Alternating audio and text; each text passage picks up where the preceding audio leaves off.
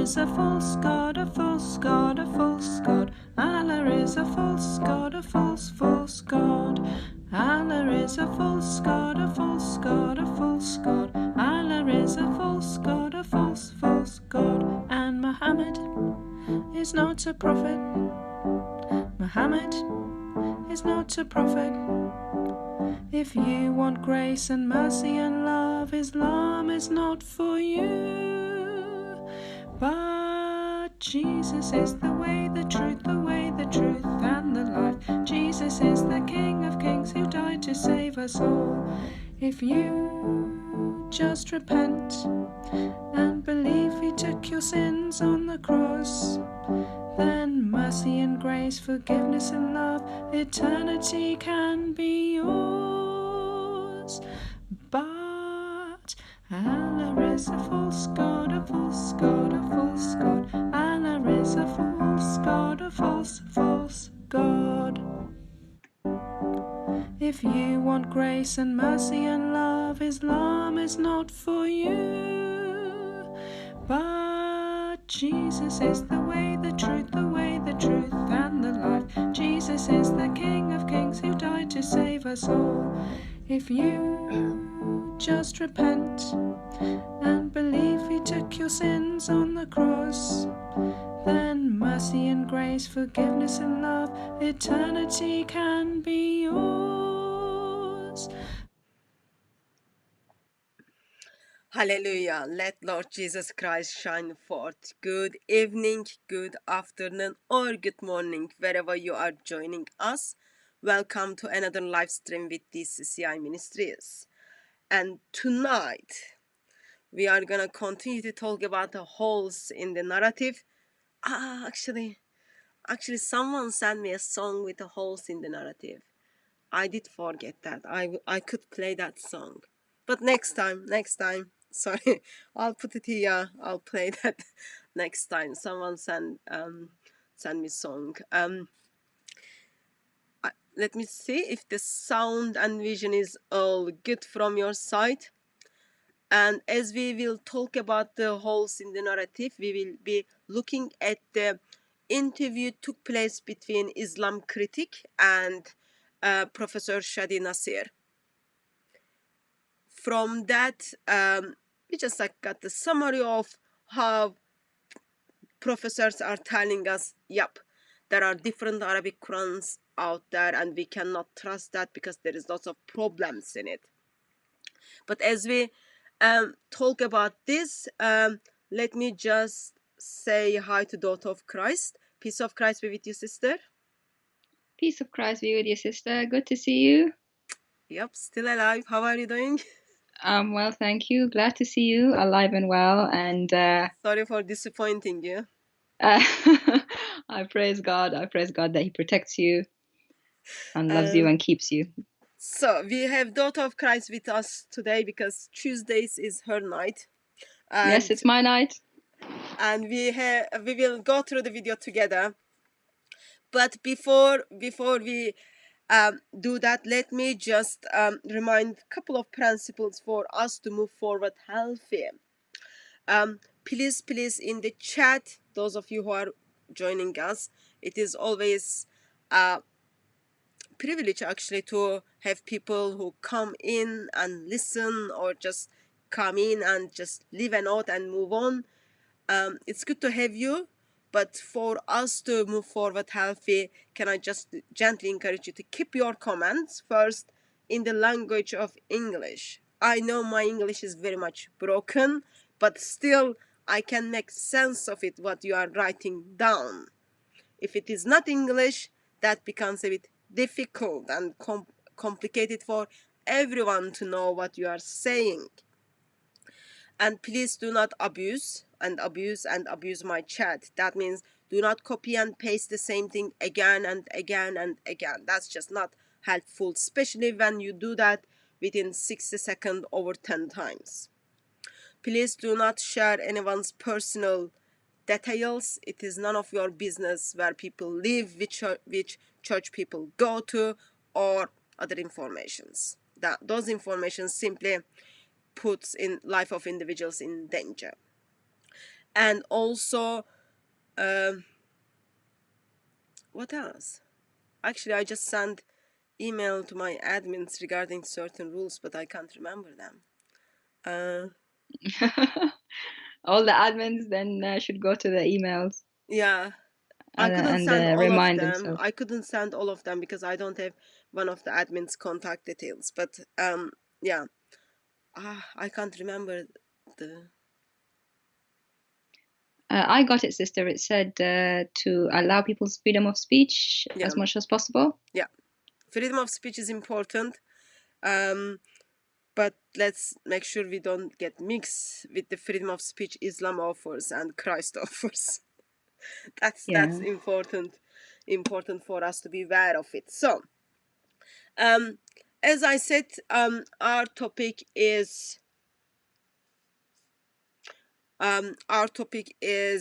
holes in the narrative, different Arabic Qurans, and what is the scholars are telling us about the different Arabic Qurans. But before that, let me figure out what Daughter of Christ has been doing. What have you been doing, sister? Sister, you've been so busy on your channel. I've been just trying to keep up. I loved the debate that you had with Anthony Rogers. I think he did really well. I didn't have debate with Anthony Rogers. I had him in my channel to have Yes. a debate with gentlemen. Yes, I thought that was excellent from Anthony Rogers' side. Actually, our talk blog, who was the opposition to Anthony Rogers regarding the Trinity. So, topic of those of you who haven't watched the debate is titled "Is God Triune?" So we had Brother Anthony Rogers, and he was putting biblical case regarding Trinity is biblical, and then he gave verses after verses, and then he asked good questions, and the opposition was trying to be opposition to that, and apparently he is just getting ready to sue me, and he's not very much happy with the debate. So I am expecting to be sued very soon. So I'm like, in any day I might get the court letter from letterbox. I've never seen this, sister. Someone loses a debate, so he sues. Never seen that before. No, he's not suing me because he lost the debate, but I don't know what is like real background of it. But he is suing me in the intention I called him heretic, and I was very much biased on the debate, and then he gives me like some other reasons. But yeah, he's getting ready to sue me. I don't think that will go very well for him because in the courts they use big words. But he will have a lawyer. He will have a lawyer. Okay. Make sure that your lawyer understands big words. I know.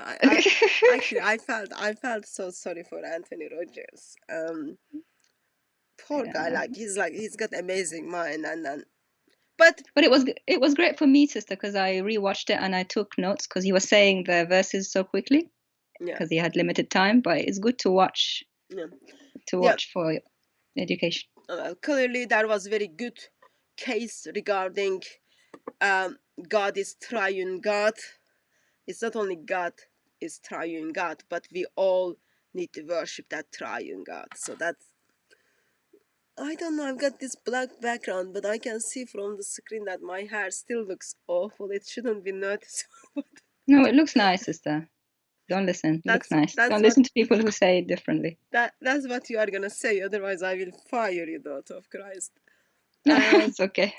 You fire me all the time, sister. It's okay. I'm used to it. Okay. So let's get on.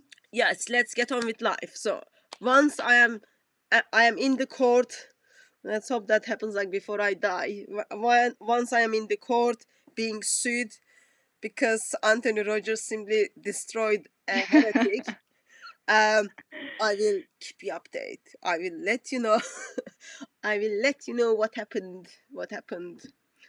Okay, so As I said, we will be going through a video which interview took place between Islam critic and Professor Shady Nasser, and then just pick up some of the things which might be helpful to us as a Christian in our engagements with Muslims, to help them to think through actually how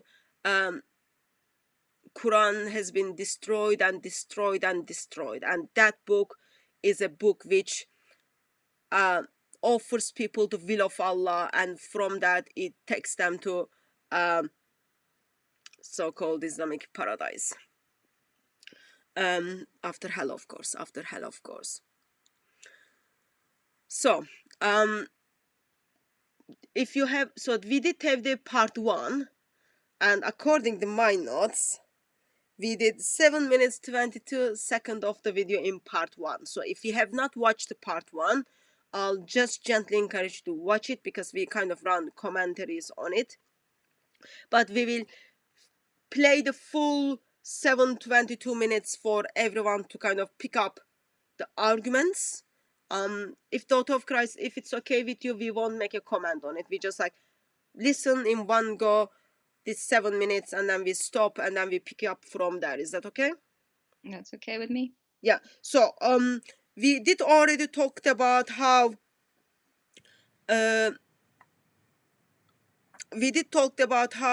Muslims were disagreeing regarding the different Arabic Qurans. We talked about how people were having problems. How there were different recitations, and then that was causing problems, and then they tried to make one universal Quran, but that failed. That was kind of in a big picture. But let's get to be reminded, and then we pick it up from there. So let me see if everything goes well. By the way, so we will be commenting on the video as the video is on the screen, so it's gonna be like on as it is playing. Once that start happening, can we get the sound confirmation, because in somehow sound is not kind of working well apparently, but we'll see. Let's get on with it. So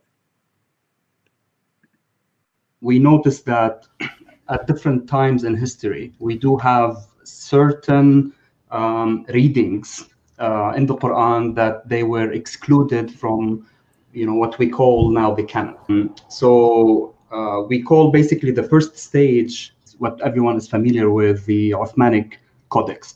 And this is the first canonization process where the readings or the codices of the companions of Muhammad, they were excluded based on the Codex of Uthman. So even though Uthman's attempt to limit the variants of the Quran to one codex, variant readings kept multiplying. And this is evident from the early works of grammar and exegesis that we have, that you have uncontrollable amount of variants that Muslims were using and circulating among themselves.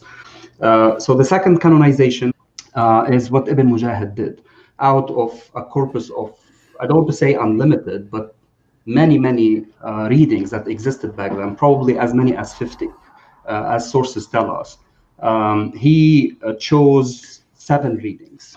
And also in Ibn Mujahid's system, when he chose the 7 readings, each reading was not unique. So you can see also there are differences within one reading. So we find many readings in Ibn Mujahid that people stopped reciting today, and even stopped reciting 300 years, after him. He also disagrees, I think 7 or 8 times with the canonical readings themselves. He also has a lot of, I think I counted 64 transmission errors in his book, where he said that this transmission is wrong, this is wrong, it should be this way, it should be that way. Around 150 years later on, in North Africa and Muslim Spain back then, so we have Abu Amr al-Dani and al-Shatibi, both of them, they were scholars of Qira'at, and they were mainly responsible for limiting those different variations or different students and limiting them into 2 only. So people dislike the fact that you are limiting them to a canon.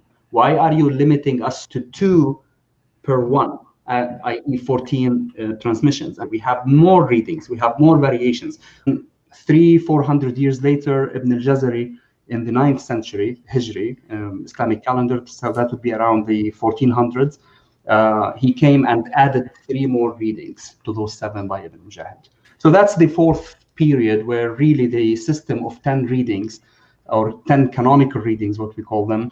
And then what I call the 5th canonization, it's the 1923-1924 Cairo edition of the Quran, based on Hafs and Asim. Most Muslims became familiar with that variety, mainly due to the publication, of that codex, or that, Mus'haf in Cairo.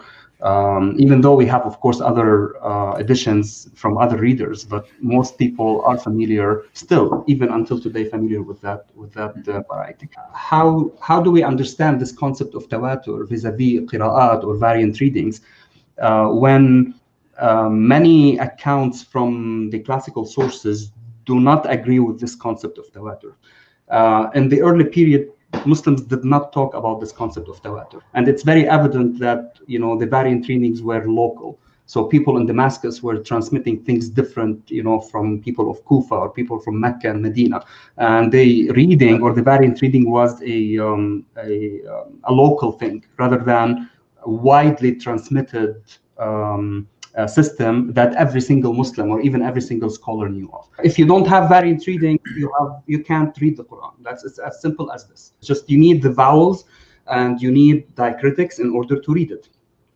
There's you can't read the Quran using your own opinion, and that's in the Islamic tradition you have to rely on how your master taught it and how his master taught it.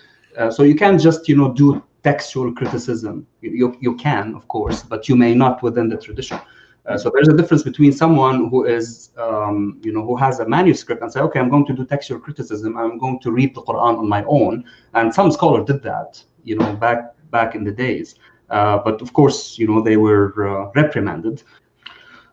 So this is a little bit problematic from the sense of documentation. We don't have enough documentation from the early period, and we don't know how much writing and orality were intertwined back then. And I'm talking here 8th century. Okay, there was a time when the Quran was codified during the time of Uthman, when orality lost to written transmission. And what I mean by that is that Muslim scholars all agreed that regardless of your memory, regardless of how you memorize the Quran, you cannot deviate from the Orthomanic Codex. So even though certain readers, they were sure of how they memorized the Quran through other channels, and they were saying that I have a good chain of transmission. I studied with X and Y and Z people. Muslim scholars post-Orthomanic period, they didn't care. As long as you are deviating from the text, we are not going to accept your reading. So when someone tells you, well, the Quran was orally transmitted regardless of the rasm, regardless of the Orthomanic consonantal text, that's not accurate. There's no such thing as only oral transmission. You have to oral transmission based on the text. So there are even transmissions on behalf of the canonical readers, which were also classified as shawaz, as irregular, not accepted. There are also readings attributed to the Prophet himself. We have a category in qira'at, it's called the readings of the Prophet. Okay, and there are 3 or 4 books even written on that in Arabic. Even though we do have accounts that go back to the Prophet saying that he read this word as such, this word was also categorized as irregular or shawaz. It's just like they didn't care. As long as the readings deviate from the Orthomanic Codex, we will consider them to be irregular or shawaz. Even though we know that the Prophet might have read as such, and we also know that the other companions might have read as such. However, the Codex of Uthman abrogated all other codices, abrogated all other readings, and we are going to stick with that. We also have, information from Iraq, from Kufa, that people kept reading according to the codices, let's say, of Ibn Mas'ud, even 150 years after Uthman. So it's uncontrollable in a sense. People were still reading according to the Codex of Ibn Mas'ud, which is different from the Codex of Uthman. In Ibn Mas'ud is very interesting because So let's stop here for a couple of seconds. So this is the place almost where we stopped last time. So in summary, whatever was there before Uthman has the power of abrogating the word of Allah, and then he abrogates everything. So because of all those messes, we are having Quran, and we are having narratives has holes in it. And 2018, some of the Muslim missionaries and some of Muslims and Professor Yasin Dutton came together to come up with good reason or justification regarding the preservation of the Quran. And in that discussion, I put up the clip like I think a couple of weeks ago. In that discussion, it was expressed the information Professor Shady Nasser is bringing up is causing fitna. Okay, but Muslims had approximate 2 years, just nearly 2 years to prep and then come up with good answers. So far we don't have proper answer, but we'll see.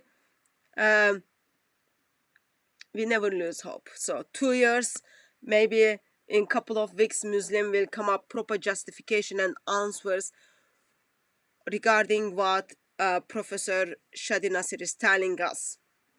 There were different Arabic Qurans were circulating. Someone who never met Muhammad, someone who never had revelation from Allah, who never had chit-chat with Gabriel, thought it was all right for him to pick among minimum of 50 different Arabic Qurans, minimum 50. There are tradition talks about there are up to 900. Minimum 50 Arabic Qurans, pick up 7. And then we heard that actually Muslims were not happy with those choice, and then time went on, it became 10, and then time went on, it became 14, and then of course all those people have their student that makes already over 30 different Qurans. But quick bottom line is there has been lots of issues when it comes to perfect preservation of the perfect one and only Quran, give birth to many Quran. And I can't remember if it's gonna come up or not, and all those Qurans have been picked up in the intention of political views. So today Muslims are using Hafs Quran from 1924 because Ottoman Empire was the peacemakers, as they were making peaces and as they were sharing life with other part of the world. They were bringing their Quran, and that's the Quran they were using in 1924, because majority of the Muslim world were using 1924 Hafs Quran. Therefore, in 1924, they picked Hafs Quran, and then we do have two writings which are talking about even they had different Hafs Qurans. They picked the Ottomans Hafs Quran. That's like another different issue. But daughter of Christ, have you got anything to remind us from the what we already looked at last week? He talked about tawatur, which is the chain. Yeah. Which what Muslims talk about as being the basis, how they know the Quran is transmitted correctly, and the Hadith even. And he said that tawatur wasn't even a concept back in early Islam. Tawatur came later on in Muslim history as Muslims were trying to trying to prove that it is authentic what they have, and it isn't. We know of broken chains. Last time, sister, you showed chains of transmission where people disagreed in each other in the middle of the chain, the beginning of the chain. And also that he said there's no such thing as oral tradition. That is independent from the text. You need the text. And someone said in the chat here, the weakest ink is stronger than the strongest memory. So you need the written text. We have a question. Servant girl says, how did Uthman determine the truth, and how did he know that he wasn't burning Allah's words? Okay. Do you want to make a comment on that?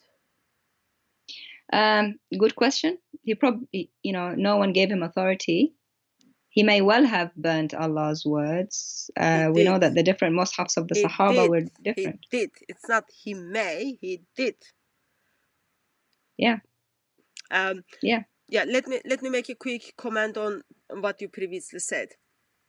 I did express that I think a couple of years ago I even put something in DCCI blog where we talked about broken chains or something, or broken golden chains or something. I can't even remember the name, but we kind of looked at the chains and how this chain thing is like more awesome. So idea is person A took the Quran from Muhammad, and then person B took the Quran from Muhammad, person C took the Quran from Muhammad, and then D, E, F, G, like other people came and then took the Quran from those people, and then it passed the next generation, and then next people took up. But even if we are so kind of blind, brainless, if you are so much brainless, okay, like think your brain, you left your brain in freezer, then with that mind, when you look at the earliest manuscripts, none of the early manuscripts are talking about chains. None of the early manuscripts are giving the names of those individuals. And when we look at the Islamic tradition, we don't even know, we don't even have like basic information about those individuals, let alone some informations we have already identifies these individuals are like does not fit in the criteria of Islam, because in the mind of Muslims is those people were good, they had a good memory, they had good characters, they were trustworthy, but Hafs is identified as someone who what do you say, someone takes your things without permission and they never return it back. Thief, yeah. So he was taking people's book and then he never returned, and he was identified as liar. People didn't trust him to take the hadith, but they trusted him when it come to the eternal word of Allah. Individuals in the chains, in those like names, they were simply disagreeing with one another intentionally and actively regarding what's supposed to be in the Quran. Those are just bunch of names. Even if you leave your brain in the freezer, with your frozen brain, your basic questions are not being answered. That is the bottom line. Yeah, and remember what Muslims were saying, word for word, letter for letter, sound for sound. Dot by dot. Let's correct that, sister. Don't make me to correct you. Dot by dot, letter by letter, word by word, sound by sound. 4 things. Dot is very important, even though in the time of Uthman, they didn't have the dots, but the Quran we have is like dot by dot, letter by letter, sound by sound, word by word. Exactly the same. Yeah, I just don't want people to get lost in the detail. That's the main what Dawah gangs and all Muslims have been told, actually. That's nothing has changed. Nothing. Zero. And yet we have all these details of all these changes, broken chains, disagreements, burnings of the Quran being drowned in the Nile. Like what they do, what happens with Islam is like if there is a problem, they burn it. Sorry, they let sheep to have a dinner. After that, they burn it. After that, they destroy it. That's like 700s. After they sunk it. And it's like so much water and fire. It's like, it's not good at all. And yet, we still have different Qurans today. It didn't work, all that burning and drowning and yep. Yeah, all that effort. So yeah, that's where we are, sister. Yeah, but even with that, with all the power of the ship, with all the power of burning, destroying, sinking, with all that, it still didn't work. Allah failed to protect his one and only book, Surah 15 verse 9. And today, Muslims are publishing books that, yep, there are different Arabic Qurans. Here is some examples. I had a conversation with someone on Sunday. This Muslim guy was like, without any shame. Like, sometimes you would expect, you know, like people know they lie. You would expect them to have a little bit shame. But he had like zero shame. He said, if you get rid of all the Qurans in the world, okay, and then you bring people from North Africa, from Europe, and from England, you would still put the Quran together as in exactly form. And this guy is not even like scholar. Like, remember what Sheikh Yasir Qadi said? He said like, oh, Allah knows best. I don't know what I would put. He should have told Sheikh Yasir Qadi to put what to put on the empty mushaf when he was asked then. Yeah, but anyway, so he simply kind of. But that's because he's a regular Muslim. He's not part of the elite circles that, you know, that they keep that secret. He's in the public, akhi. That's what the public is told. Yep. Yeah. Anyway, okay. So and then the question, what was the question you brought up, sister? Did Uthman, who gave Uthman to do such a thing? Actually, no one gave authority to Uthman. As a caliph, he put that authority to himself, and then he decided when the chief of the army, chief of the Muslim army from Azerbaijan approached him and then said like, okay, we've got to do something because now people are becoming calling one another kafir. We don't want what happened to the Jews and Christians. We don't want it to be like this. Let's make one perfect Quran.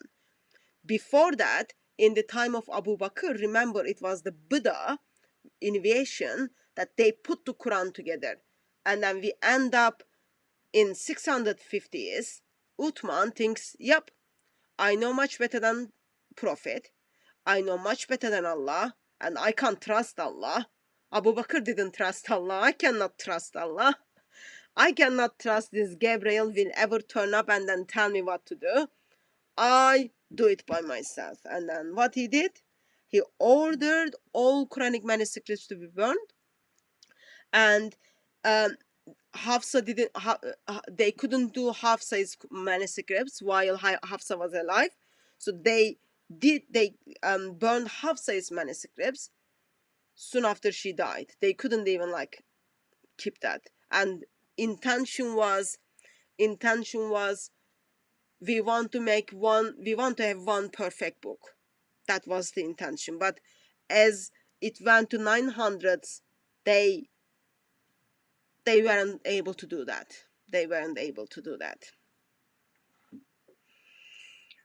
Well, sister, what should have happened was, because Muhammad's main job in life was to give the Quran to people. No. What they should have done is gather it when he's still alive and have him check it before he died. Yeah, but he couldn't read and write. Like, he wouldn't even know what was inside. That's the first thing. And even they could read it to him. They could read it to him. Oh well. Like, he had lots of different versions. Even though, like, that could be done at the time of Muhammad, and then they could simply just like write as the revelation comes, and as the Allah abrogates all those messy things.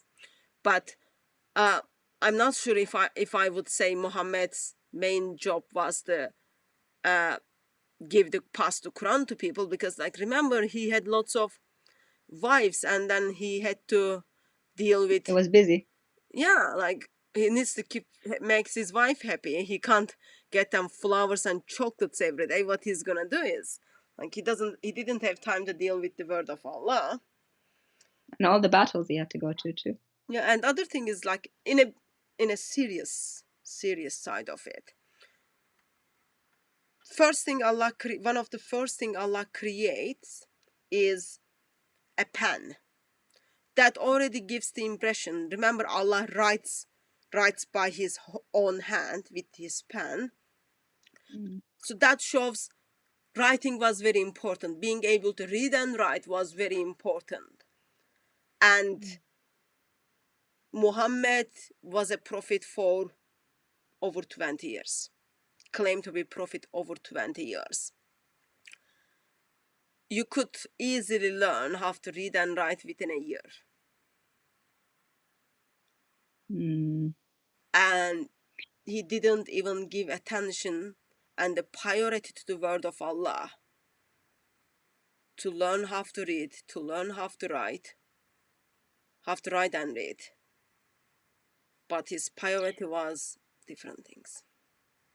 Well, I'm not as wise as Allah, but it would have been a lot easier if Allah had chosen someone who can read and write, who would write the revelations as they come, and then they would have a book by the end of it. Yeah, but like, as a Christian, you could say God uses the weak individuals, God uses lots of different people. Maybe intention of Allah was to make something from Muhammad, but sadly, no, because Allah was there to please Muhammad. But anyway, that's changing the topic. So far what we have is Quran has been corrupted.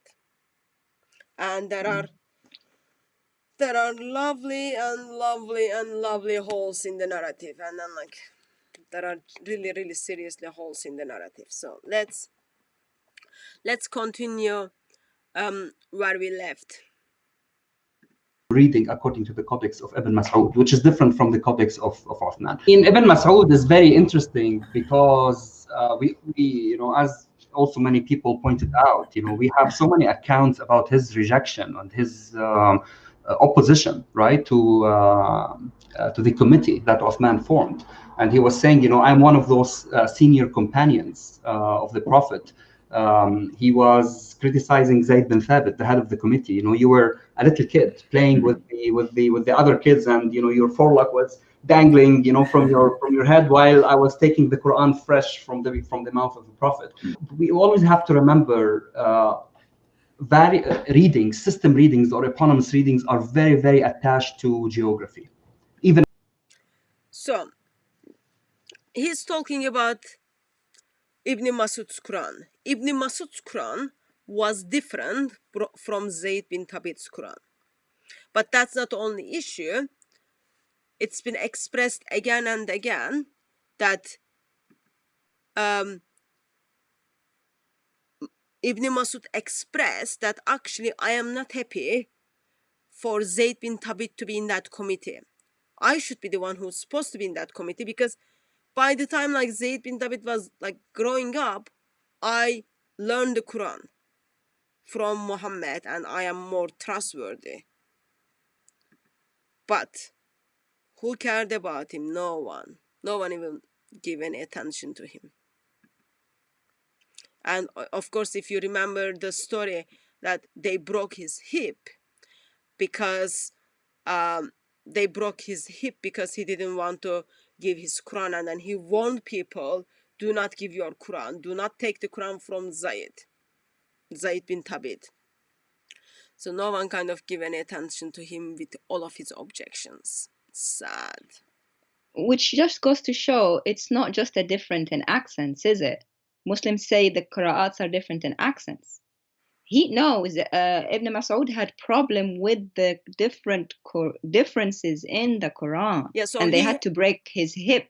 Yeah, he had 111 chapters, and current Quran contains 114 chapters. But it's not only these 111 chapters. He expresses like, don't take the Quran of other people. And then we can look at the Islamic tradition, and then we can even see some of the differences. And those were like big deal for this guy. Yeah, I'm trying to say that Muslims say it's just accents. No, there were real differences that people fought about, and they even broke his hip. And Ibn Mas'ud isn't just about anyone. Muhammad praised him while Muhammad was alive about how he recited the Quran. There's hadiths about that. Yeah. Other thing is actually regarding the different accents. Let me actually see if you can see my screen. Yeah.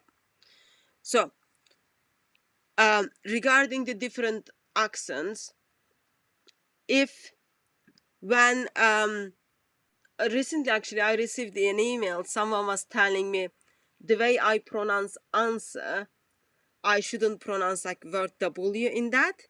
So he's correcting my pronunciation. He's not correcting my writing, but he's correcting my pronunciation. So if it was just the different accents or different recitations, you just tell people or ask people to do practice on how to pronounce that word. But in this occasion, no. How do we fix that? We simply break your hip. That's how it is going. Like, it's very sad actually. And remember, a lot of the Muslims that were around Muhammad were from Quraysh. They're the same place, same tribe. Yeah. So why would they have all these different accents? This is just another lie to cover up. Yeah. I remember tribe. Muslim missionary was asking Yasin Dutton regarding, oh well, they're all like same people. They are not like those women, or like they are two good men. Why Prophet is giving them different versions of the Quran? And then answer was, Allah knows best. Allah knows best. Let me actually put on the screen. I don't know if you can see. I put on the screen Masud's saying. He says, how can you order me to recite the readings of Zayed when I recited from very mouth of the Prophet some 70 surahs? Am I, asks Abdullah, to abandon what I acquired from the very lips of the Prophet? Do you want me to forget what, like, Muhammad give it to me? Why do you want me to go with the recitation of Zayd bin Thabit? I was there, like, I already knew, like, I got not 1, not 2, not 3, not 4, but 70 surahs. 70 surahs from Prophet himself. And of course, that's not enough. Is the more better miracle. They come, and then what they've done to him, they said, oh, let's go out and have hot chocolate. And then instead of hot chocolate, they gave him broken hips. The question is, why didn't they take his knowledge that he had? He's telling them, I've got it from the mouth of the Prophet. Don't they care about what came from the mouth of Muhammad? Not really. If they did, they wouldn't break his hips, would they? Yeah, I think they were just determined to go with the plan that they had. They didn't care about this person who was with Muhammad from the beginning and what Muhammad had to say. They just had this plan of making this one Quran. They didn't care if it was correct or not. That's what I get from this. Oh, what I get is there are holes in the narrative. And look how violent the best generation is. The generation of Sahaba are, they tell us they're so lovely with each other. They were godly people. They're breaking each other's hips. Yeah, that's what it is called, like loving. Violence. It's called love language. People Can you imagine what they their do love with the language. kuffar? Yeah. Imagine if they do with the kuffar, if they're doing this to one of the greatest Sahaba, break his hip. Yeah, like, what do you expect? So it is their love language. This is like, some people's love language is like quality time. Some people's love language is, I don't know, like you give gifts, or like, there are lots of things. Muslims' love language in the first century was like let's see who is gonna break hip. And so oh, sorry, you can't see me. You can't see. Sorry, I thought I was sharing my screen. Let me actually go back to screen. There's a couple of comments in the chat. People are saying they like how you said answer before, to keep saying it that old way. What? Okay. Yes. So you want me to have different recitation? Come on, people. That is gonna, in the future, that is gonna cause fitna. We don't want to cause fitna. So let's focus.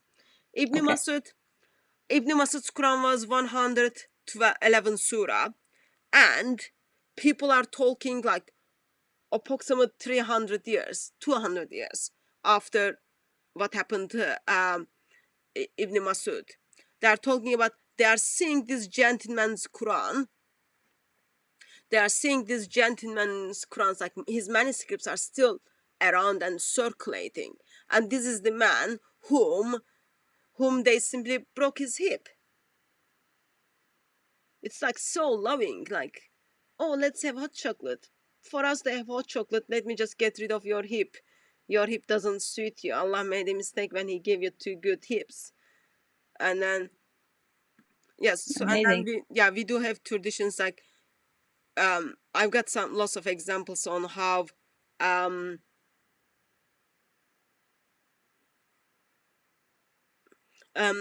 people were disagreeing with the Ibn Masud, but that's not our topic. That's not our topic. Our topic is just go through some of the fitna Professor Shady Nasser is putting forth.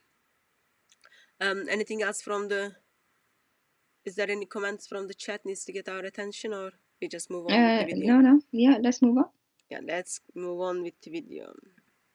Till today, if you talk to people, in Morocco, they are very proud of their Welsh reading. You have people in Africa, they're very conservative about Abu Amr ibn al-Ala. People are attached locally to their reading. And this was the case also back then. People in Kufa, they were, groupies in a sense. It was the group of Ibn Mas'ud. And they did not want to abandon the reading of Ibn Mas'ud for political reasons. There's a lot of politics happening back then. And we do have, actually, there is an interesting account which you don't find in other accounts. There's some kind of tension between Zayd bin Thabit and Ibn Mas'ud. And actually, Ibn al-Arabi, not Ibn Khaldun, the jurist. He said that people claimed that Uthman and sent someone to beat Ibn Mas'ud. It even reached the stage of beating him and breaking some of his rib bones because of his opposition to to the Codex of Uthman. Unfortunately, we don't have manuscripts from that period, but it is very interesting. Uthman, the man who burns the Quran, thinks, yep, we can get away just breaking the hips of this gentleman. Why? Because he simply doesn't want to give us his Quran. We can't get rid of his Quran. What do? Is we do the next best thing. We get rid of him. Yeah, by sending him a group to beat him up like a thug. Good thing is they didn't post him anything. It's a good thing they didn't kill him, actually. Yeah, but I'm not sure if in this occasion, if it's suffering is better than suffering is better than not being alive. Not sure about that. Because this guy like suffered and suffered and suffered. And he was sincere. He had nothing. I think he had nothing to gain, really. He just wanted people to have what Muhammad said, what he got from the lips of Muhammad. Like, what did he do to deserve being beaten up and have his bones broken? Because he wasn't listening, sister. Because he had different Quran and he didn't want to share it. He didn't want to compromise his Quran. If you don't compromise with the word of Allah, this is what happens. That's an amazing lesson. And then, of course, remember what they did to Hafsa. Yeah. Okay, let's continue. Paradox is that the the Quran is transmitted via tawatur. We have different ways of reading it. How did these eponymous readings or system readings, how were they transmitted? Were they also transmitted via tawatur? And the answer is also problematic, because it seems that in the early period they were not thinking, this concept of tawatur was not applicable to qira'at. Okay, it was basically a local thing. This is the reading of the community, let's say, of Kufa or the community of Medina. Later on, what we call the usulis, the scholars of usul al-fiqh, principles of jurisprudence, they came up with this principle of tawatur. However, did you hear that? Very interesting. That wonderful chains, actually, invention of human beings, and it was mainly focused on the local. And then as the time went on, it became the most important thing in the Muslim circle. Answer is not even simple, like complicated and problematic, actually, he said. Answer to that question is problematic. Yeah, he said the concept of tawatur was not applicable in the early stages. Only when the usulis came later on, they said, oh, let's invent this concept called tawatur. Just one. Here's the thing I don't understand.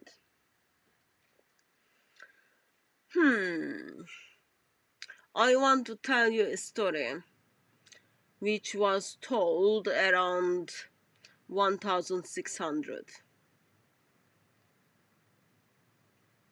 I'm going to tell you, and I'm going to tell you who told me that story. I didn't read it anywhere because writings have not been circulated that well, but I know my father heard from someone who was so far from him, but by accident my father heard from him. And then I know that person whom my father heard, Mr. X, heard that information from someone who was living like 50 miles far from him, from Mr. B. Mr. B heard that from his grandfather told him. And according to that story, around 1600, that's 400 years ago. And I want to tell you the story, but I want you to know those names are so important, okay? By the way, don't be surprised if you never hear those names before me. You will be hearing those names from now on. Everyone is going to tell you about those names.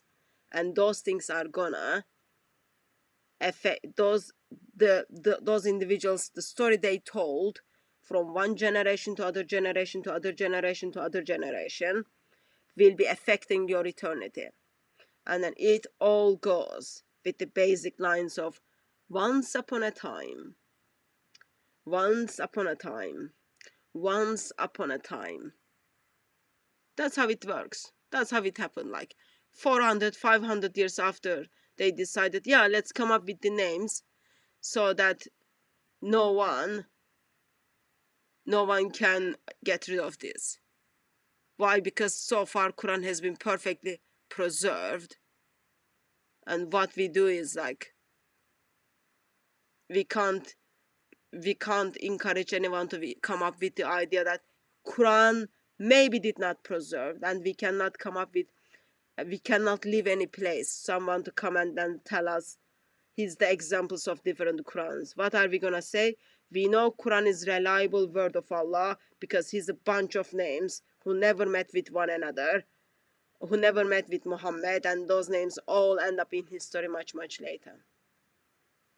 And sister, I remember something I learned from you the other time, is that we don't even have this chain, the tawatur chain, in any of the early Mus'haf manuscripts. Yep. I paid lots of money. I paid lots of money for those Mus'hafs. Really, really lots of money. And now they don't even have those names in it. I should sue them, I think. Like once this R block talk guy sues me, once I deal with that law case, I will be suing those companies who publish those earliest Mus'hafs without the isnad on it. Yeah, I don't know what it is about people crying and going to the law. Like Muslims get refuted in Speaker's Corner, they call the police. Unitarians get refuted here on this channel, they go and go to the court. I don't know what it is, people going crying to the legal system to help with your arguments. Yeah, just have a good argument. Yeah, so in here, what is happening is like, because it's something Islamic, okay? Early Muslims are going to these scholars and then saying, these people, oh, now we've got different Qurans and my Quran is being rejected. They want me to use that Quran. What should I do? What should I do? And then guy says, we know the solution. As soon as you've got those names, that's the correct Quran. Let's write down the names. That's what they've done. Yeah, we got a Muslim in the chat. He says he's doubting what Dr. Shady Nasser is saying about tawatur. He's doubting? Yeah, he's saying he's not giving a source. He wrote, it's all from his book, by the way. He done his PhD on this. And recently, actually, he got interviewed. And then he said the same thing, like, just buy his book.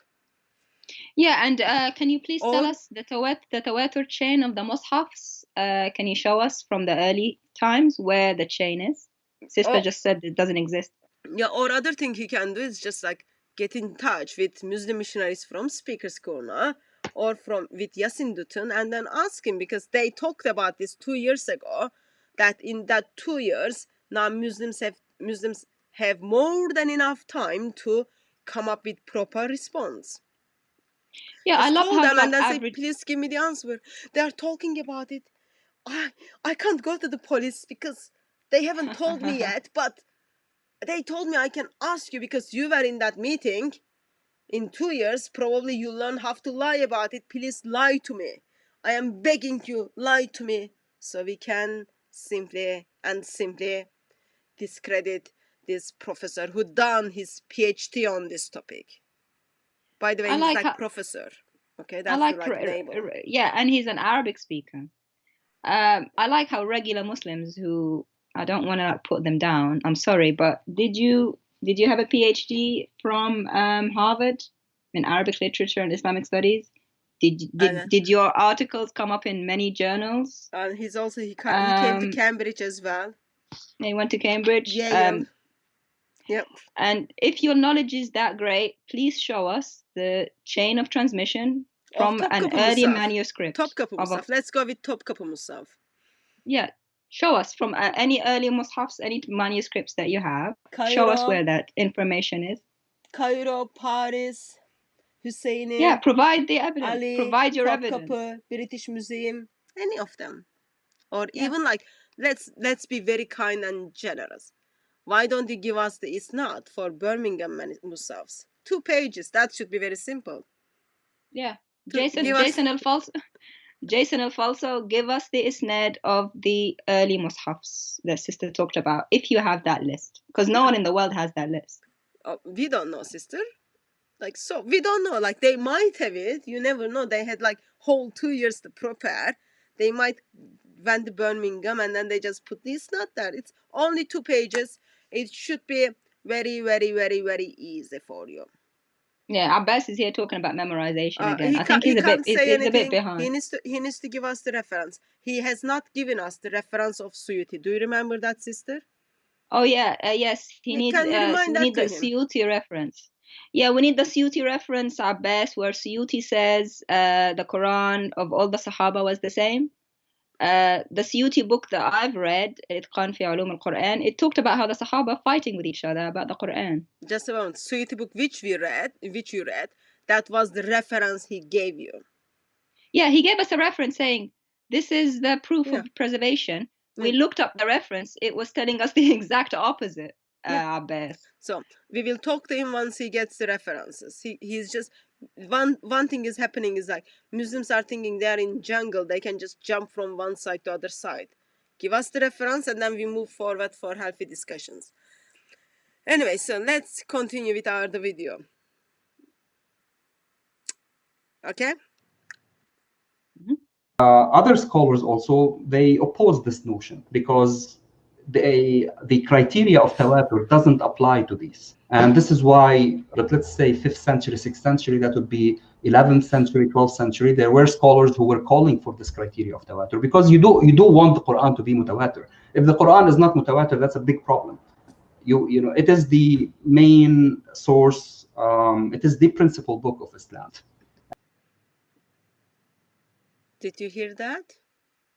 You want it to be like that. You want it to be perfect without any problems. He said, if the Quran is not mutawatir, it's a big problem. Yep. And you want it to be mutawatir. And since you want it to be mutawatir, what do? You invent the mutawatir system to prove it. Amazing. Sad, very sad. Did you get the date? So we are approximate 1,200 years in that timeline, and still we don't have those names. How beautiful it is! But around 600, around 1,200 people are asking. Okay, we need to get those names. Let's put it together. We've got to do something about it. But there is still no names. Therefore, I would be very much surprised if any Muslim who knew about this book, and then who knew Professor Shady Nasser is introducing a fitna, and they had 2 years to prepare, they could come up with the names. Amazing. Sister Abbas is saying it wasn't Suyuti, it was someone else. Abbas, we've got screenshots of you giving us a Suyuti reference with volume and page. I've got a screenshot of his comment. Sister, you put it on the screen. It said Suyuti. Yep, he did. And from that modern book that you were reading. Yeah. And by the way, that modern book that you were reading, the person who authored it was kicked out of the Islamic Council of Pakistan for being a heretic. That was the book you were reading. You gave us the Suyuti reference from that book as a footnote. You put it on the screen. We went to find out it was saying the opposite. So no wonder that book that you're reading, no wonder the author was thrown out of Pakistan for being a heretic against Islam. Abbas. Suyuti reference, please. Let's continue. And if the variant readings, the way you access this text, are not mutawatira, then you do have a theological problem. And that's the paradox here. And this is why scholars were back and forth. Even by the time of Ibn al-Jazari, he died 833, so that would be 15th century. In his early life, he was fighting for this concept of tawatur. He said, well, all the qira'at are mutawatira. But then, later on, he did change his mind, especially in the past, I would say 200 years. Did you get that? People who decided in the first place, yep, this is it's going to work now. We are getting the names. It's all good. We can chase the Quran back to Muhammad with very, very good names. And then what happens? No one breaks his hip or anything. He changes his mind and come to the conclusion, actually, no. And really, really no. Wow. Which is a paradox. There isn't called it a problem and a paradox. Yep. I think he's practicing the words start with P, problematic, paradox. Yeah, we hear this word a lot in this history of the perfectly preserved book. Yep. Paradox. It's not the people preservation Muslims, it's people problematic and paradox. Yeah. Sorry, Muslims. By the time of Ibn al-Jazari, he died 833, so that would be 15th century. In his early life, he was fighting for this concept of tawatur. He said, well, all the qira'at are mutawatira. But then, later on, he did change his mind, especially in the past, I would say 200 years. There isn't a single book of introduction to Quranic sciences except that they say, well, the variant readings are transmitted via tawatur.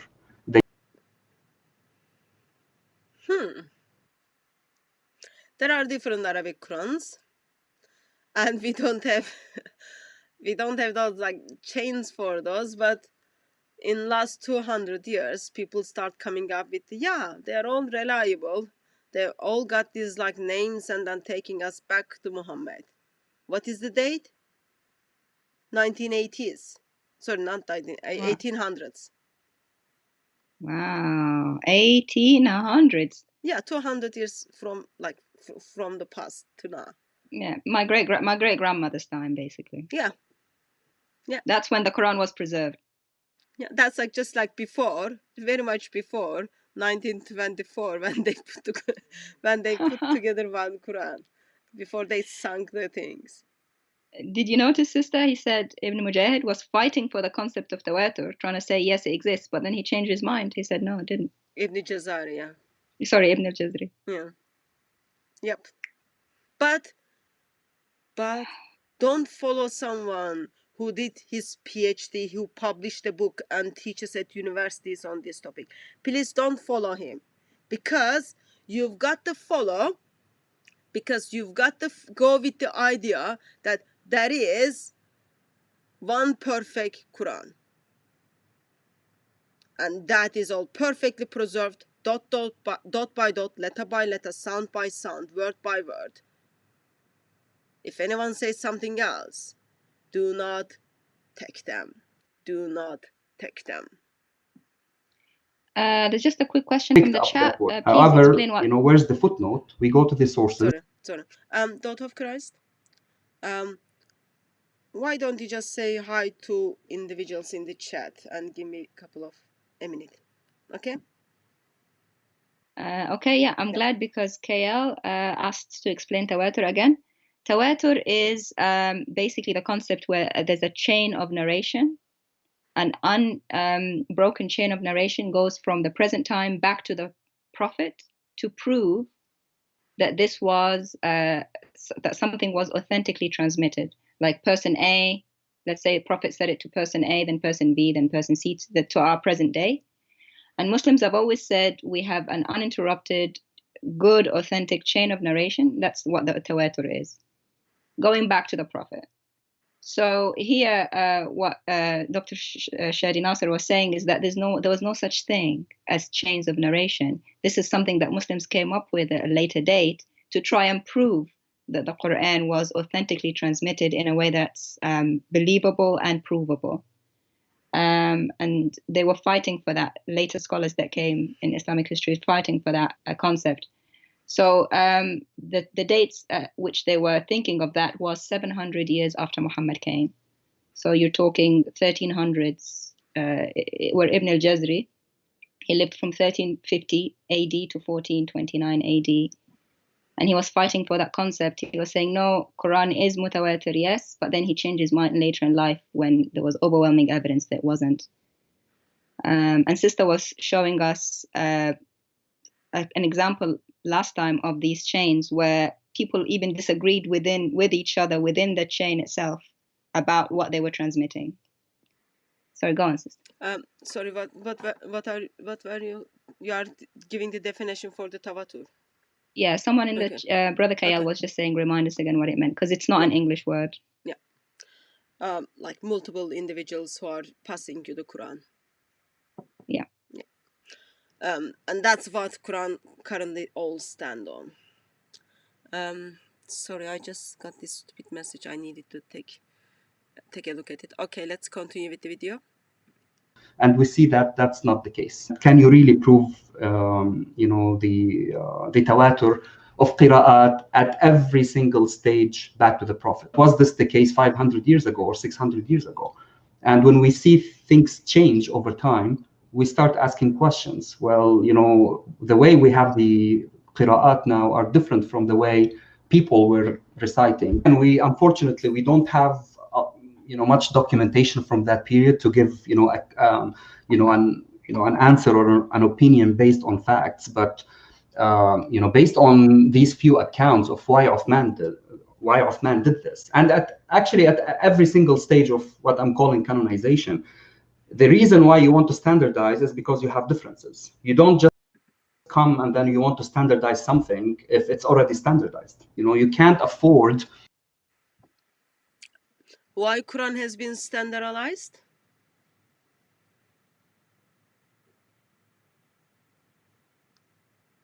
Because there were differences.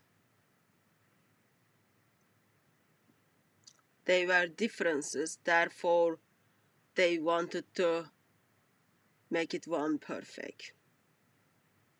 That's already problem. That's already problem. And look, someone just put a comment on how trustworthy is oral tradition. What's the comment? So oral tradition is very trustworthy because one person says something and then everyone starts repeating the same thing, and then everyone believes in that. Well, where? In Kufa they were doing that. They had one Quran. In Medina they were doing that. They had different Quran. In Mecca they were doing that. They had different Quran. In Kufa they had different Qurans. In Medina they had different Qurans. So example from the sister is a couple of weeks ago. And Muslims looked at the camera and then they said, Hatun was burning the Qurans. Shame I didn't do it. But other persons start like copying that and then making videos, and then everyone believed in it. Yeah. But did you actually that's how the oral tradition is. Like someone said something. So in 1500s, okay, in 1500s, that's 16th century. 1400s, in 1400s, Muslims were trying to figure out, okay, what are the name of the people who start reciting the Quran from time of Muhammad to 1500s. Sorry. So, but they tried to figure out approximately 1,000 years, for 1,000 years, what people said and who are those people, what they said. For 1,000 years, like 1400s, and then they went back and then they come up with those names. And with those names, and then they said, oh, they all recite the same thing.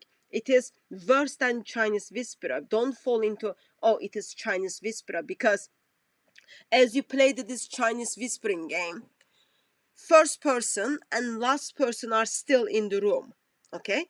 Last person can go and check out what the first person said, and then you can ask people what they heard, and then you can figure out, oh, how the information has been failed to pass on you.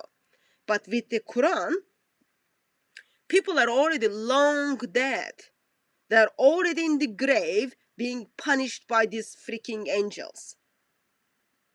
There is no one who can go and then figure out in 1400s what Ibn Masud was reciting in 600s, 650s, and then who he passed it, what was that Mr. X was reciting, what was, who took it from Mr. X.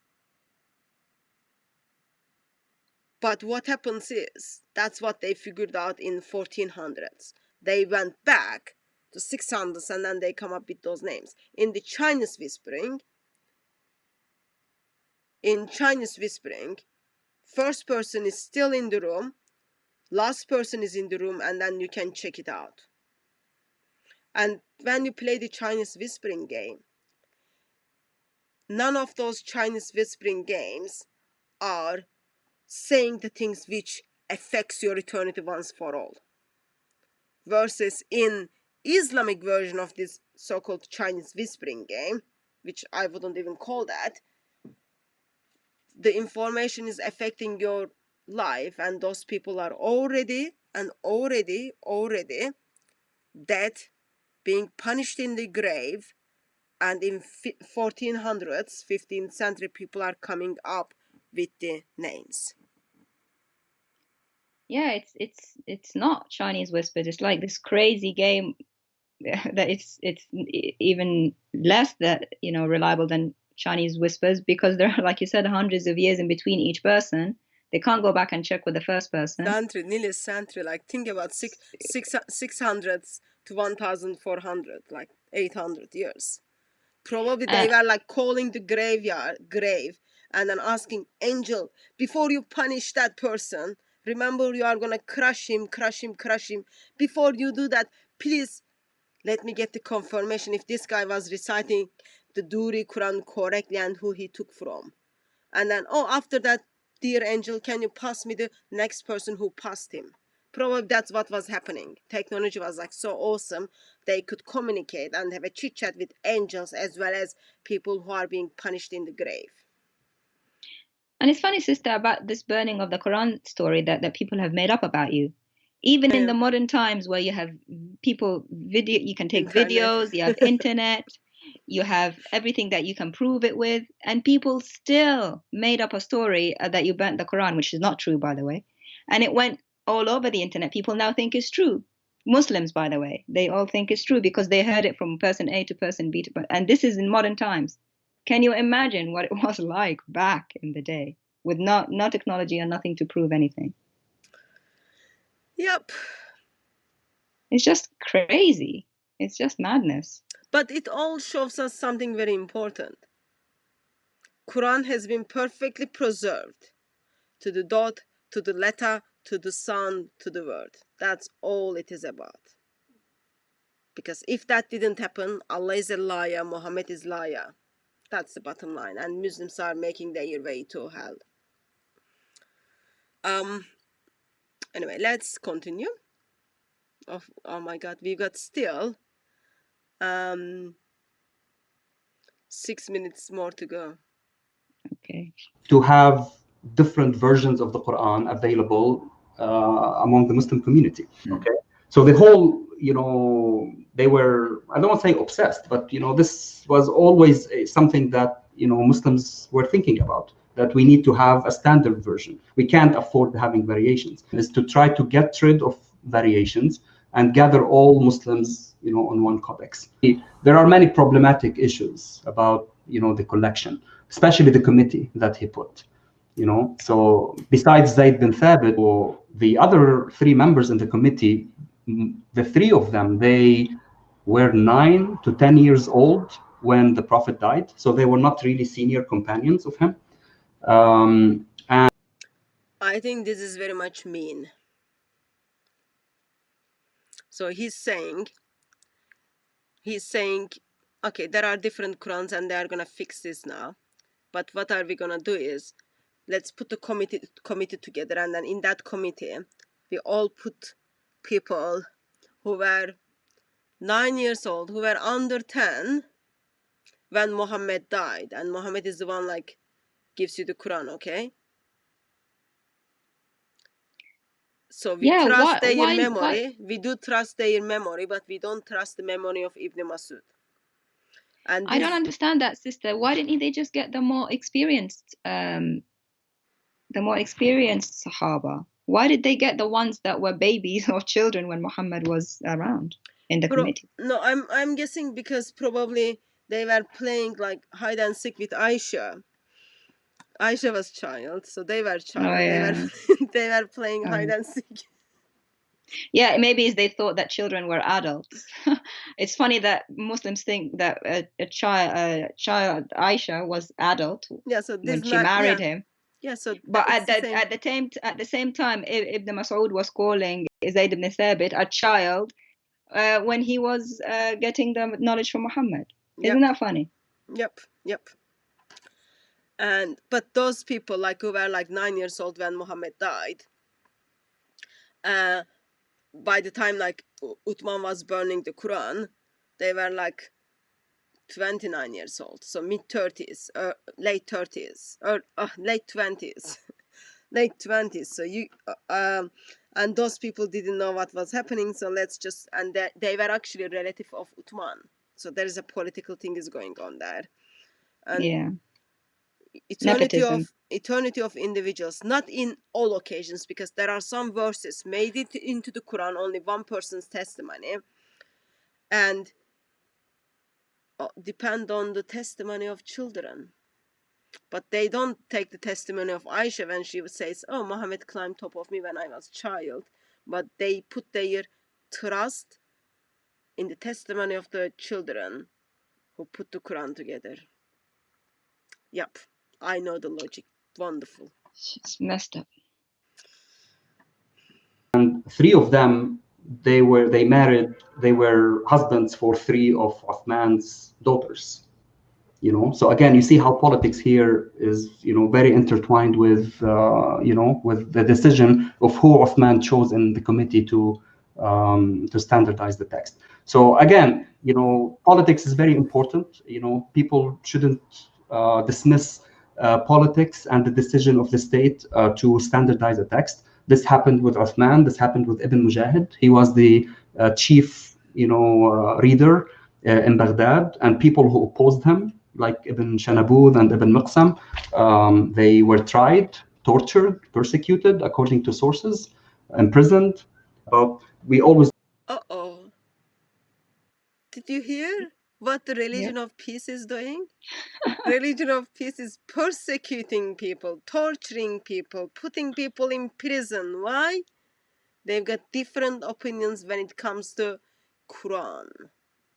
So peaceful, wow. So loving. And the people who were tortured and imprisoned, they were not non-Muslim. They were Muslim. They just read differently the Quran. Yeah, and then he puts all of his family in the committee. Oh, yeah. Well, better to obey your father-in-law. If you don't obey your father-in-law, your marriage is gonna get affected in this occasion. Yeah, which is interesting. It looks like Othman just wanted complete control over that committee. So he put 3 out of the 4 his sons-in-law. They're really, really young. He's older. And he can control the outcome. They can't do anything without him. Ibn Mujahid, same thing. But to be honest, it is a good methodology. It is a good methodology. Do practice it if you want to come. If you are Christians, if you are setting up a church, just make sure your family is in every kind of leadership role, and no one will disagree with you. And it's interesting that the approach didn't change from breaking the hips of someone, and now they're torturing someone down in Ibn Mujahid's time, 200, 300 years later. It's the same thing. Same approach of violence against people who say oppose you, and it's the same today, Islamic countries. Same kind of spirit. So, Mr. Abbasa is having conversation with Islam critic. I'm not sure if Islam critic kind of saw that because my comments are paused or answered this already. You don't know Birmingham folios are from 8th century, Abbas? You don't know Birmingham folios are from 8th century? And you don't know a fight between Sahaba is. What do you know? What do you know? And reference for that is simply go to Putin. And that's very, very basic information. Birmingham folio is 2 pages, disagrees with the current Quran, while carbon dating is from around 568 to 645, which already smashes all of your Islamic tradition if you go with the carbon dating.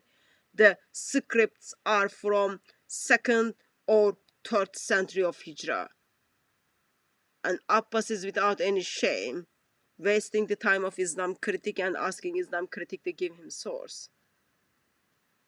Yet he fails to give us basic sources. That's just Yeah, he just said in the chat that Javid Mohammed, the heretic from who's still alive today, is the best scholar of Islam that he's following. So he doesn't follow Suyuti, what the Suyuti says about the differences between the Sahaba. He follows Javid Muhammad, who's alive today, who's been thrown out of the Pakistan Council for being a heretic. But that person is giving you quotation from Suyuti.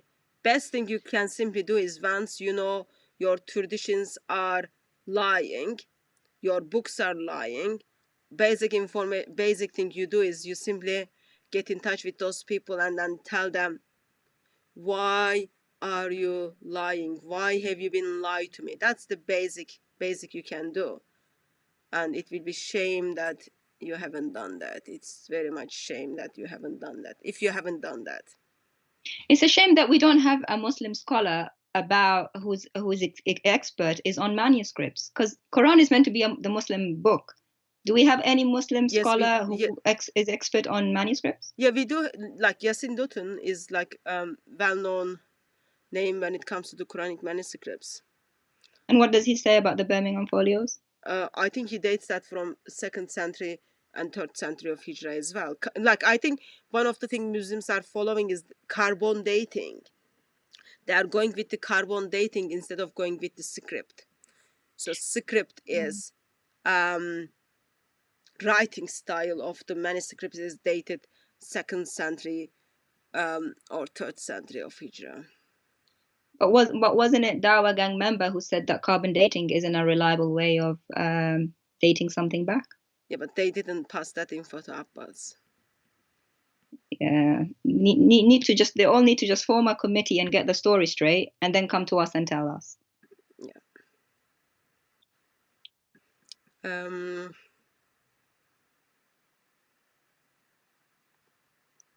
Sorry, I'm just gonna. I'm trying to be double kind. I don't know why I'm so kind, even though people expresses that I am not kind, but I am the kindest person you will ever and ever and ever would meet, and very humble, as you can see. I'm just gonna get the picture of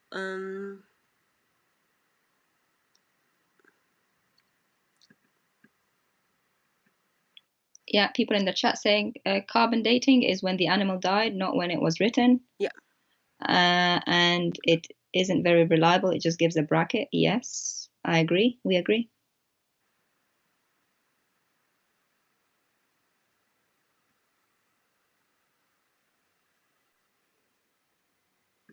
So I'm just sister, why don't you have a quick chat? I've got 511 slides just on the Quranic manuscripts. So I've got to find that manuscripts which is talking about Birmingham manuscripts, and then I'll I'll kind of comment on it, but I've got to find it first. It's like lots of slides just for one manuscripts. But is the miracle. I have it. Yes. Sometimes I just love my computer. By the way, my radio died. Your radio? Yeah, I don't know why it just died. It took its last breath. Okay. So, okay, I need to get rid of the page behind. Just a moment. We get rid of Ibn Masud. We don't need to do anything to Ibn Masud. Muslims already broke his hip. So all I do is I'll just take Ibn Masud down. So here's the Birmingham folios, okay? You can see in here, okay? Birmingham folios 1572A, University of Birmingham, 2 folios C14, okay? Dating of C40 is the carbon dating. Carbon dating for this is 568 to 645. So remember, around 650, Uthman ordered everything to be burned. Poor Uthman, go with Abbas, did very, very bad job. Very, very bad job. And the script is dated 2nd or 3rd century of Hijrah. Of course, never believe me. Don't ever believe me. He is the Putin. He's expert on manuscripts, by the way. What does he say? Apparently, some are still under the impression that Birmingham fragments are pre-Uthmanic copy of the Quran.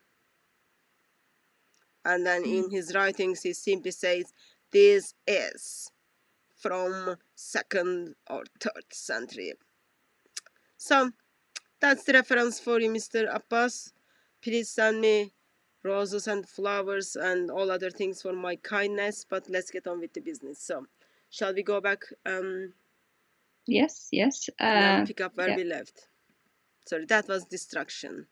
That's very kind of you, sister, to share that information. I know Muslims know that information, but they're not sharing. I am the one who shares those informations, and I'm the one who gets those dangerous packages, and I'm the one who gets those loving messages from Muslims. Not very good at all. Not very good at all.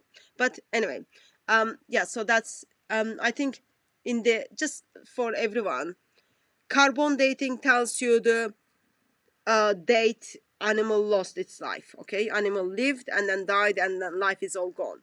But not just following day. They don't write on it because this animal skin needs to be progressed.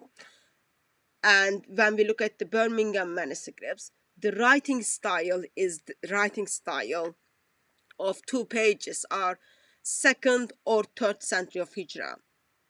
So that will be earliest from 720 towards. But yes, carbon dating for when the animal was killed for that manuscripts is before the time of Uthman, before Uthman ordered burning of everything. If you go with that theory, then you are simply saying we cannot trust any of the most reliable Islamic sources. Why? Because if Uthman was going to burn them, Uthman didn't do a good job. Islamic tradition is lying, Uthman didn't burn them. That's the first point. Second point is it's important that like basics are being covered. And yeah, like if you just follow the carbon datings, you do have some carbon datings are dated around 300 or 400. So that's like 300 or 200 years before Muhammad even received his revelation. So just beware of that. And when it comes to the Birmingham manuscripts, folios, sorry, they have got only a couple of surahs, and within these surahs, it doesn't even go with the proper order it's supposed to follow. There is a jumping in Surah 19, and those things just... Yeah, so it doesn't even match the Quran that we have today. Yeah, I did actually. I remember I made a video on how there were textual variations in the Birmingham folios, because one of the Muslim missionary, without any shame, tried to deceive people by, I can read the Birmingham manuscripts, versus like Professor Shady Nasser simply says, no, actually you need those dots. But Muslims were without any shame went in front of the camera and then pretend that they were reading from the Birmingham manuscripts, Birmingham folios. So I shouldn't be saying manuscripts because they are just folios. They are just folios. Anyway, so let's get with the proper business. Sorry, that was a distraction and I should not fall into those distractions. Do forgive me, but let's continue.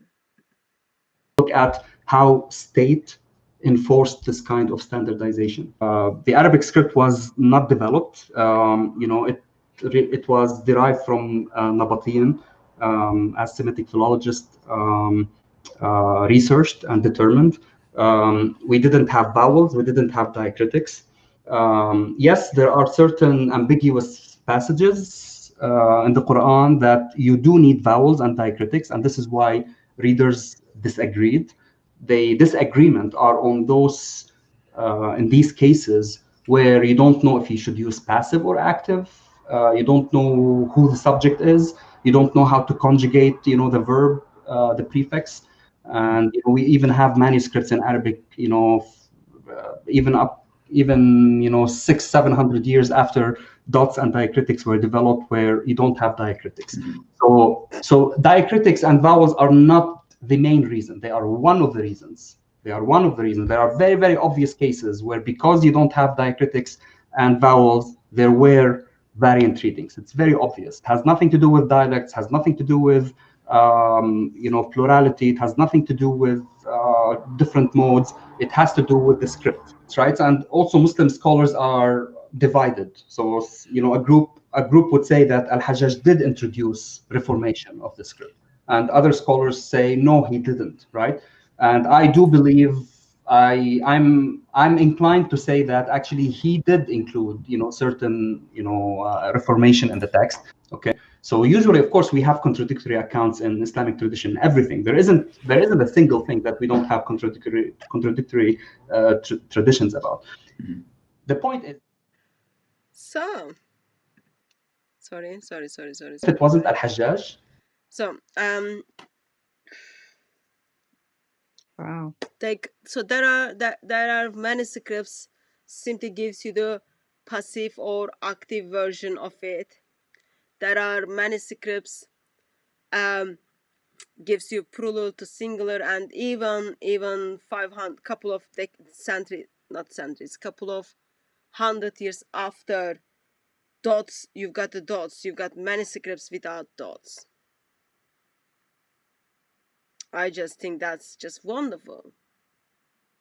Yeah, and he said, did you hear what he said? Nothing to do with dialects, nothing to do with the plurality. Yeah, it is to do with the different readings because of the no diacritics and vowels at that time. That's why they disagreed.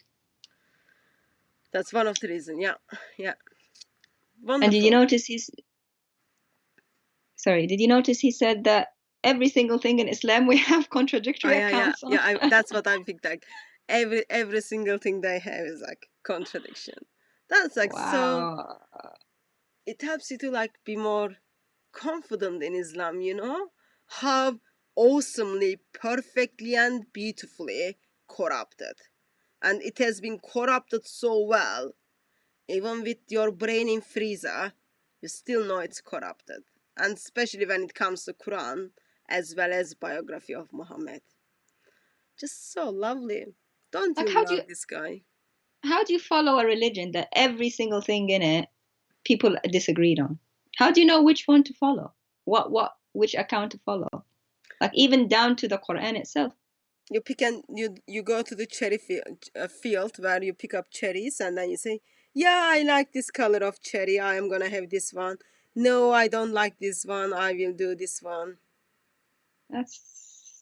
Which is what we see Muslim apologists and Dawah gangs doing, cherry picking what they like, what their conscience likes, what their tastes. What suits like, them, yeah. It's like a supermarket. You just pick what you like and abrogate and reject the sources that you like, pretending like you're your own prophet, basically.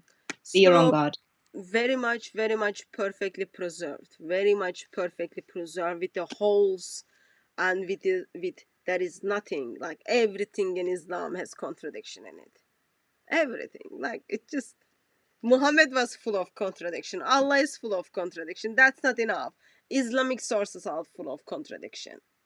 But still, what is the conclusion is, with all those things, even though there are lots of different Arabic Qurans, even though there are holes in the narrative, even though it's all messed up, problematic, all those kind of things, still it has been perfectly preserved, dot by dot, letter by letter, sound by sound, word by word.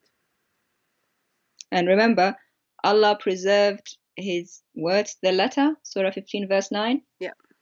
But you don't know, in some of these passages, the passive, the active, or the subject is in the sentence. Yeah.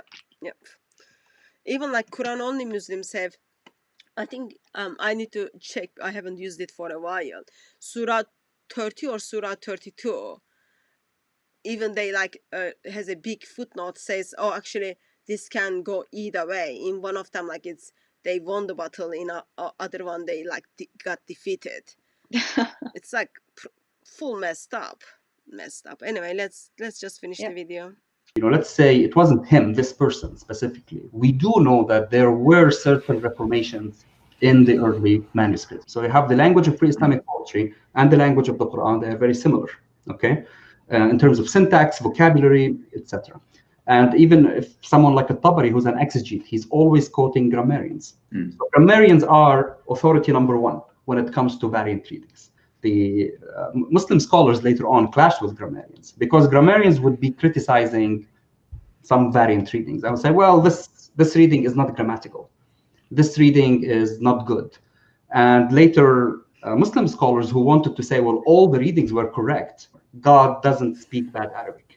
And this is why someone like Tabari or people or Zamakhshari or even Ibn Atiyah, those exegetes, they were saying, well, wait a second, this reading is really not grammatical. This is bad Arabic.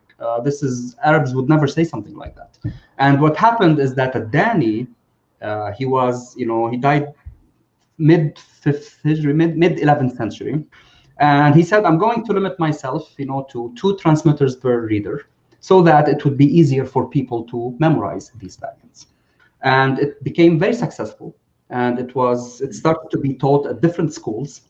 And what made it more popular is that 100 years after Dani, Ash-Shatibi came, and then he versified this manual into a poem. He versified it, and poetry is it's very important in the Arabic tradition. You memorize things through didactic poems. We don't want people to think that the readings are the ahruf, because as I said multiple times, no one knows what the ahruf is. And if someone tells you that he or she knows what the ahruf is, well, no one knows. So we take the word of Muslim scholars who spent years and years and years trying to understand what the ahruf are, and no one knows. There are speculations, but at the end of the day, they're only speculations. Is there a consensus on the number of readings today? You have 3 groups. You have one group that will tell you 7. We have the other group that would tell you 10, and you have a smaller group that would tell you 14. So the system of the 14, has been around for the past 200, 300 years. People were, trying to add 4 readings. So that's why going back to early sources and reading, these documents, it gives us, a good map of what people thought at different periods of time, and not to apply, certain notions that people believe in now, but they were not existent, centuries before. That's the end of the kind of summary video. Full video can be watched in Islam Critics website, YouTube channel. Sister, people are 200 years ago, people are still trying to figure out which Quran they should add into the readings. And this so-called ahruf, which is revealed to Muhammad, Allah knows best, no one knows. So when Muslim missionaries tells you what is ahruf, just look into their eyes and remember those look, because that is the look of lying.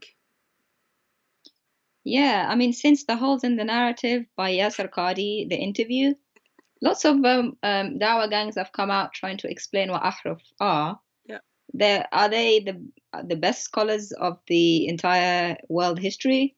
No one knows what the ahruf are. For 1400 years, no one knows. How can they know, sister? Allah knows best. And if no one knows and Allah knows best, then what's the point of having them at all? Come on, sister. You can't ask those basic questions. Don't you know? Quran has been perfectly preserved. Even the Sahaba is all agreed. There's lots of different Qurans.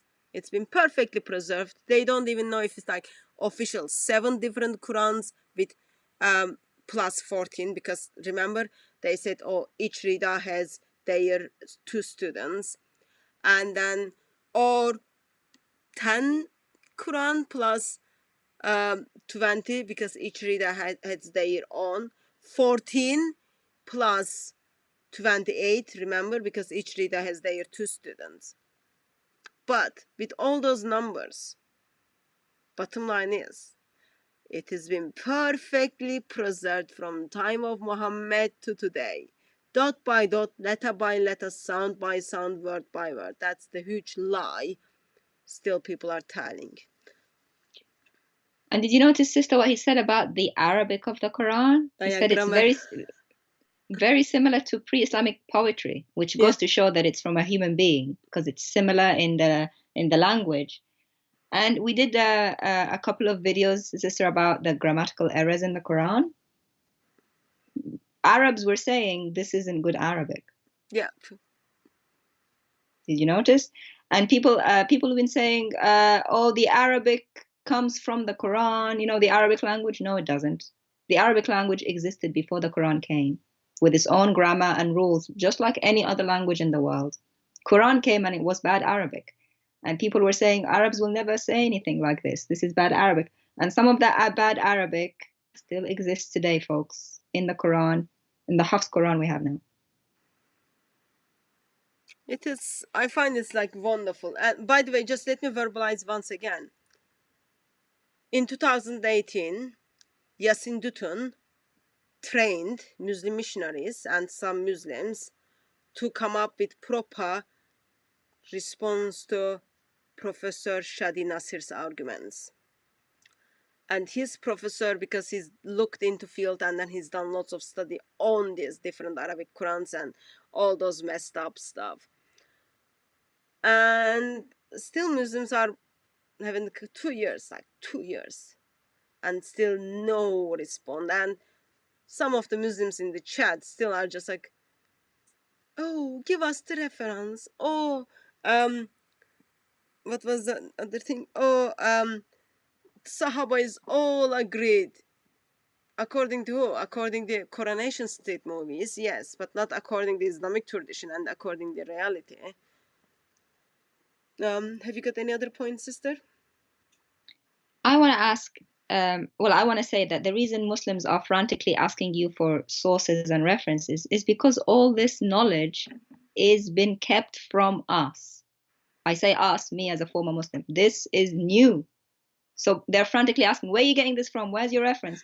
Because people don't teach this history. The most important book in the whole of Islamic world, the Quran, people don't know the history of how it came about, how it was compiled. And I want to ask the Muslims today, if the Quran was perfectly preserved and everybody agreed, why do you have 1400 years of history with all these complications and details? People coming in, trying to limit readings multiplying, the 50 readings or even more at some point, with all these characters coming in Muslim history, trying to limit the readings. Actually, forget all that. The first ever Uthman, why did he have to burn anything if everything was the same? It's not a difficult question.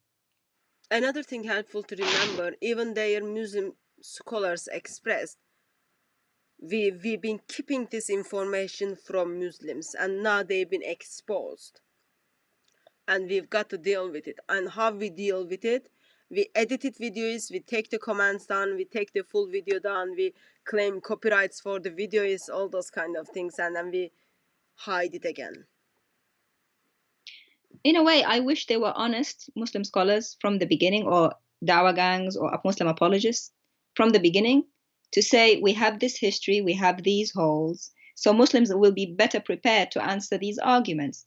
But because the knowledge has been secret all this time, now it's all exposed, now they're not prepared to answer because this is all new information. You see? This should have all been out in the open from the beginning. And it shouldn't have been taken to such an extreme to say letter by letter, dot by dot, sound by sound, because now Muslims are going to be shocked to see that they've been lied to such an extent. But I'm grateful to God for this, because this is how God, we pray that God will take Muslims out of Islam now, to see how much they've been lied to and to what extent.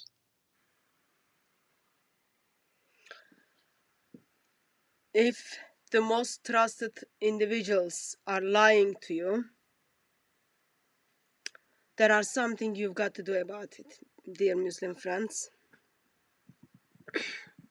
And I'm not going to be here every day. I'm not going to be here every day. Daughter of Christ is not going to be here every day, or other Christian brothers and sisters are not going to be around every day, all the time. So therefore, you need to get hold on your own sources and do your own homework.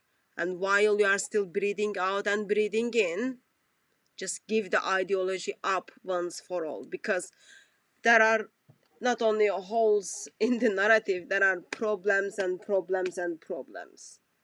And main problem is this: it is taking you to hell.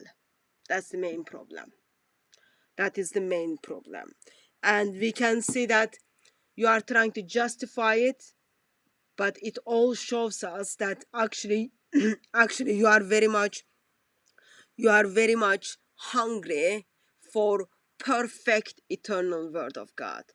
It all shows us actually you are very much thirsty for perfect eternal word of God. And that's God, man, Lord Jesus Christ. He doesn't have such a problems. He doesn't have like such holes. He's got holes in his hand and holes in his feet. And that holes in his hand and holes in his feet, not because people were trying to hide things away. It is because my sins, his reaction to me, caused him to willingly have those holes in his hand and holes in his feet forever. Verses that are holes in the narrative of the Quran because people are being lied to and lied to and lied to and lied to. There are holes in the eternal Son of God because he poured himself, he poured his love, he gave his heart to us. That's the reason. Two very much different reasons. And only perfect eternal word of God, perfect eternal Son of God, Lion of Judah, Alpha and Omega one.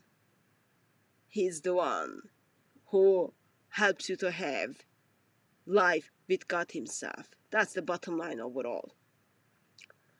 We know where he's taking us, and we know what is waiting for us. We have this amazing hope in this broken world, versus Muslims are still going to try to fill those holes by hiding more information. Very much sad and very much sad. Daughter of Christ, do you want to summarize for us? And I feel my beauty time sleep is coming. My beauty sleep is coming. Yeah, I'll make the summary short so you can go to your beauty sleep, sister. Yeah, actually, I've got Skype meeting at 10 o'clock, so I've got 8 minutes to prepare. Okay. Yeah, so we watched the second half of a summary video from our brother Islam Critiqued original video, which was an interview with Professor Shady Nasser about the Quran. So this time he talked about the problematic concepts, the problematic issues with the Quran, the concept of tawatur, which we talked about, the chains, which was not applicable for the Quran in the early times.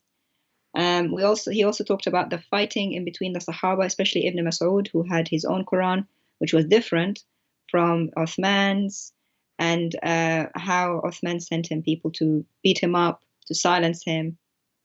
And also this committee that Uthman put together was 3 out of the 4 were his own sons-in-law, which showed us the kind of political powers that brought the Quran about. And also with Ibn Mujahid's time, Ibn Mujahid was the Baghdad's chief reader, and he had political power. He had links to the state. And even people who opposed him and opposed his work, they were tortured, they were imprisoned.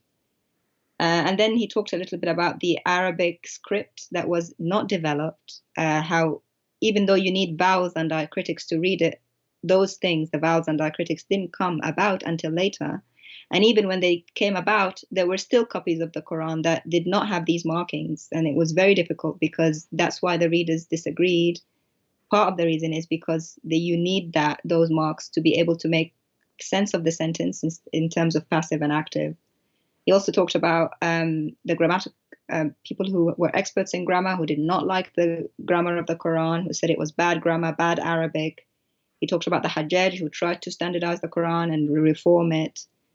And basically how, at the end, he concluded saying, we have to look at the Quran's history not with our eyes now and our concept of it, or Muslims' concept of it that is preserved, but to actually see what actually happened historically, including the political powers and influences on the gathering of the Quran, canonization.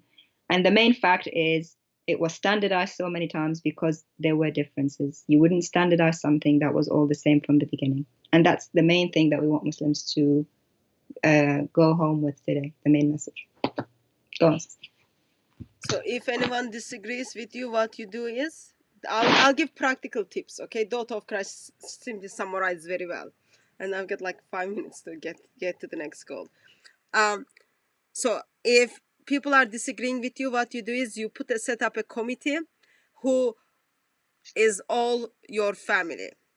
So no one can disagree with them because you are the one who is like leading them. That's the first point. Second practical tip is, if you see there are lots of items out there and they all disagree with one another, you invite a sheep to come and eat those materials or burn those materials or destroy those materials. If that didn't work, you simply sink them onto a river.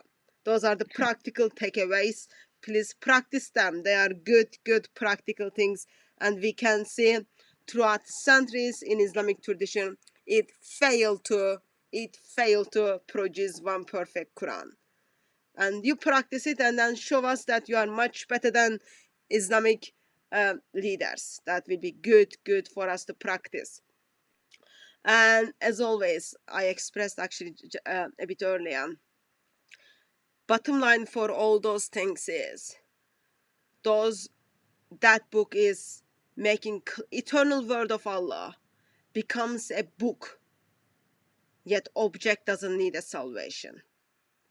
Eternal word of Allah becomes a book and then reveals his will to people, and that will is being abrogated again and again and again. With all those messed up versions, eternal word of Allah alongside of Muhammad is making you to go to hell as quick as you can.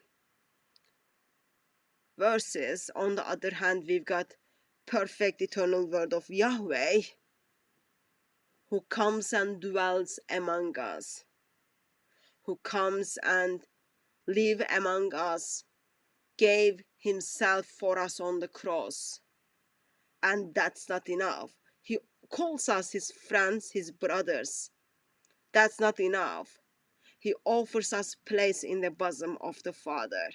And with that, it's not like it's taking us there, but with that, as we are offered place in the bosom of the Father, we are longing to go and spend our eternity with our Heavenly Father. And if you are breathing out and in, please reflect on that, because we don't know how long we will be living. And as long as we live, we want to make sure we are right with God. And you can be right with God only with his declaration through blood of Lord Jesus Christ. Beloved ones, may our risen Lord silence you with his love, and dear Muslims, may our crucified and risen Lord bring you down on your knees so that you can accept him as the Son of God, and by believing in him, you have life in eternity. And thank you very much, everyone who joined us. We will see you in a live stream tomorrow evening. God bless you all. Daughter of Christ, thank you very much, sister. You're welcome, sister.